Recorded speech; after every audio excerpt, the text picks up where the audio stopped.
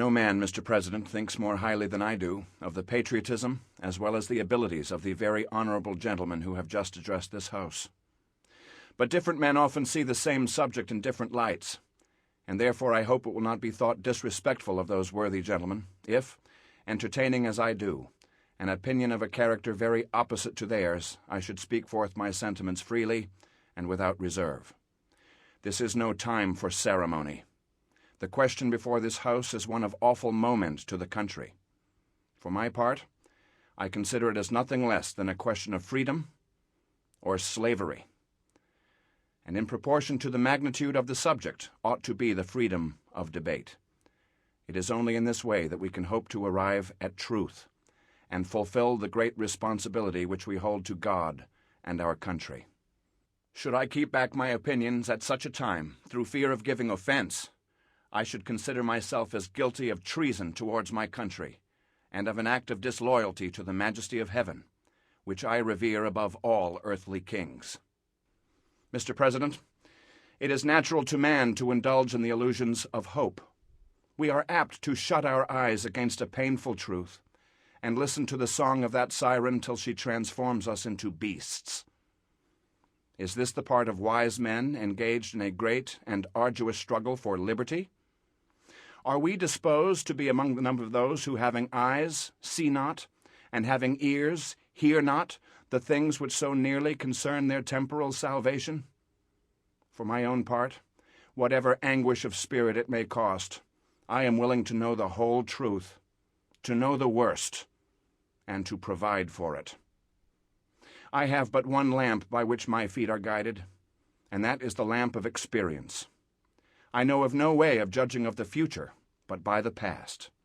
And judging by the past, I should wish to know, what has there been in the conduct of the British ministry for the last 10 years to justify these hopes of peace and reconciliation with which the gentlemen are pleased to solace themselves and the members of this House?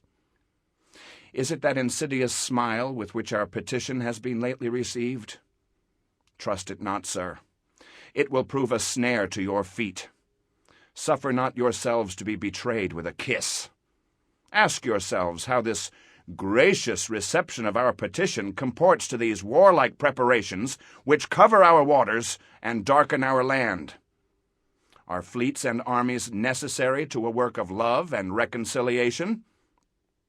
Have we shown ourselves so unwilling to be reconciled that force must be called in to win back our love? Let us not deceive ourselves, sir. These are the implements of war and subjugation, the last arguments to which kings resort. I ask, gentlemen, sir, what means this martial array if its purpose be not to force us to submission? Can gentlemen assign any other possible motive to it? Has Great Britain any enemy in this quarter of the world to call for all this vast accumulation of navies and armies? No, sir. She has none. They are meant for us. They can be meant for no other. They are sent over to bind and rivet upon us those chains which the British ministry has been so long forging. And what have we to oppose them? Shall we try argument? Sir, we have been trying that for the last 10 years. Have we anything new to offer upon the subject? Nothing. We have held the subject up in every light of which it is capable, but it has all been in vain. Shall we resort to entreaty and humble supplication? What new terms shall we find which have not already been exhausted? Let us not, I beseech you, sir, deceive ourselves any longer. We have done everything that could be done to avert this storm from coming on. We have petitioned, we have remonstrated, we have supplicated, we have prostrated ourselves before the throne, and have implored its interposition to arrest the tyrannical hands of the ministry and Parliament. Our petitions have all been slighted. Our remonstrances have produced additional violence and insult. Our supplications have been disregarded, and we have been spurned with contempt from the very foot of the throne. In vain, sir, after these things, may we indulge the fond hope of peace and reconciliation. There is no longer any room for hope. If we wish to be free, if we mean to preserve inviolate those inestimable privileges for which we have been so long contending, if we mean not basely to abandon the noble struggle in which we have been so long engaged, and which we have pledged ourselves never to abandon until the glorious object of our contest shall be obtained, we must fight. I repeat it, sir. We must fight. An appeal to arms and to the God of hosts is all that is left us. They tell us, sir, we are weak, unable to cope with so formidable an adversary. But when shall we be stronger? Will it be the next week or the next year? Will it be when we are totally disarmed and a British guard shall be stationed in every house? Shall we gather strength by irresolution and inaction? Shall we acquire the means of effectual resistance by lying supinely on our backs and hugging the delusive phantom of hope until our enemy shall have bound us hand and foot? Sir, we are not weak if we make a proper use of that means which a gracious God hath placed in our power. 3 millions of people, armed in the holy cause of liberty, and in such a country as that which we possess, are invincible by any force which our enemy can send against us.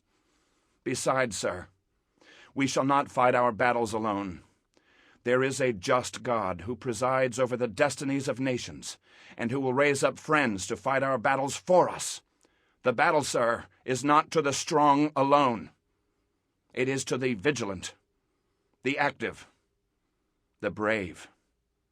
Besides, sir, we have no election. If we were base enough to desire it, it is now too late to retire from the contest. There is no retreat but in submission and slavery. Our chains are forged. Their clanking may be heard on the plains of Boston. The war is inevitable, and let it come. I repeat it, sir, let it come. It is in vain to extenuate the matter. Gentlemen may cry, peace, peace, but there is no peace.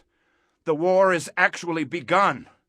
The next gale that sweeps from the north will bring to our ears the clash of resounding arms.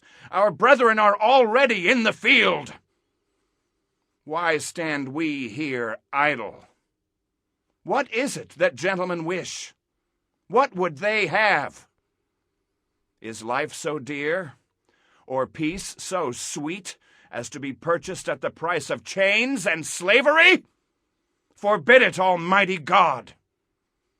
I know not what course others may take, but as for me, give me liberty, or give me death.